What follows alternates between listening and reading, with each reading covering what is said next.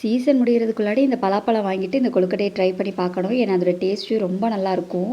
எங்கள் ஊர் சைட்லலாம் இந்த பலாப்பழத்தை சக்கப்பழம்னு சொல்லுவாங்க. சரி, இப்போ கொழுக்கட்டை எப்படி பண்ணலான்னு சொல்லி பார்க்கலாம். ஒரு 6-7 சோளம் எடுத்துகிட்டு இந்த மாதிரி குட்டி குட்டியாக கட் பண்ணி எடுத்துக்கோங்க. 2 ஸ்பூன் நெய் சேர்த்துட்டு ஒரு 2 மினிட்ஸ்க்கு மட்டும் வதக்கி எடுத்துக்கலாம். 2 நிமிஷம் வதங்கினதுக்கப்புறமா அதை அப்படியே ஒரு பிளேட்டில் மாற்றி வச்சுக்கோங்க. இப்போ அதே பேனில் 1 1/4 கப் அளவுக்கு தண்ணி சேர்த்துக்கோங்க.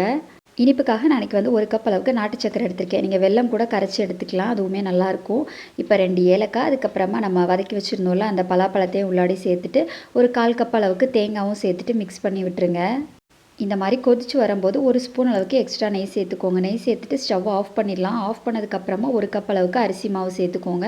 இடியப்ப மாவு தான் எடுத்திருக்கேன். இதையும் நல்லா மிக்ஸ் பண்ணி விட்டுக்கோங்க. இந்த மாதிரி ஸ்பேச்சுலா இருந்துச்சு அப்படின்னா உங்களுக்கு மிக்ஸ் பண்ணுறதுக்கு ஈஸியாக இருக்கும்.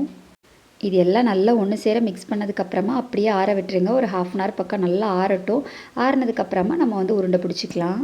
உங்களுக்கு எந்த ஷேப்பில் வேணுமோ அந்த மாதிரி பிடிச்சிக்கலாம். நான் இன்றைக்கி வந்து பிடி கொழுக்கட்டை மாதிரி ரெடி பண்ணி வச்சுருந்தேன். அதுக்கப்புறமா நம்ம ஸ்டீம் பண்ணுவோம்ல, அதில் கொஞ்சமாக நெய் சேர்த்துட்டு அதுக்கப்புறமா நம்ம பிடிச்சி வச்சுருந்த அந்த கொழுக்கட்டையெல்லாம் உள்ளாடி சேர்த்துட்டு ஒரு 10 நிமிஷம் ஆவியில் வேக வச்சு எடுத்தீங்க அப்படின்னா செம்ம சூப்பராக இருக்கும்.